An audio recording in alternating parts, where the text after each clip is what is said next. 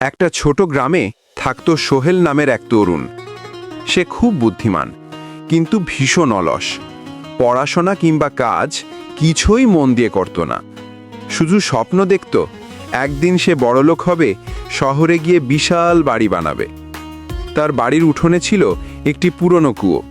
কুয়োর পাশে পড়ে থাকত এক মাটির কলস।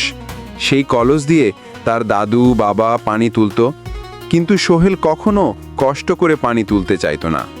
সে ভাবত, এই সব ছোটখাটো কাজ আমার জন্য নয়, আমি একদিন বড়লোক হব, তখন চাকর রাখব। একদিন গরমের দুপুরে হঠাৎ সোহেল কুয়ার পাশে ঘুমিয়ে পড়ল। স্বপ্নে সে দেখল এক বৃদ্ধ এসে বলছে, সোহেল, তুমি এই কলসকে অবহেলা করছো, অথচ এর ভেতরেই তোমার ভাগ্যের চাবি লুকানো আছে। সোহেল চমকে উঠলে ভাবল, আরে কলসের ভিতরে কি আছে? সে কলসটা উল্টে দেখল কিছুই নেই, শুধু একটু পানি।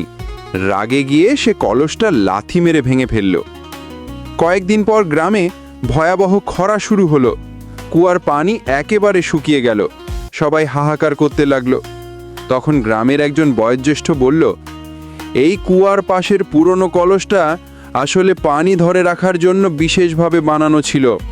ওটাই ছিল আমাদের শেষ আশ্রয়, এখন সেটাই ভেঙে গেছে। সোহেলের বুক কেঁপে উঠল।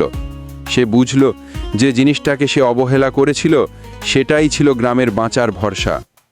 তারপর থেকে সোহেল আর অলস থাকেনি। সে বুঝেছে ছোট জিনিসকে অবহেলা করলে বড় বিপদ আসে। সে আবার নতুন কলস বানালো, পানি মজুত করতে লাগলো, আর নিজের অলস স্বভাব বদলে দিল। গ্রামের মানুষ তাকে বলল, তুমি ভুল করেছিলে, কিন্তু নিজের ভুল থেকে শিক্ষা নিয়েছো, এটাই সবচেয়ে বড় শক্তি। শিক্ষণীয় বিষয়, অলসতা ও অবহেলা মানুষের সবচেয়ে বড় শত্রু।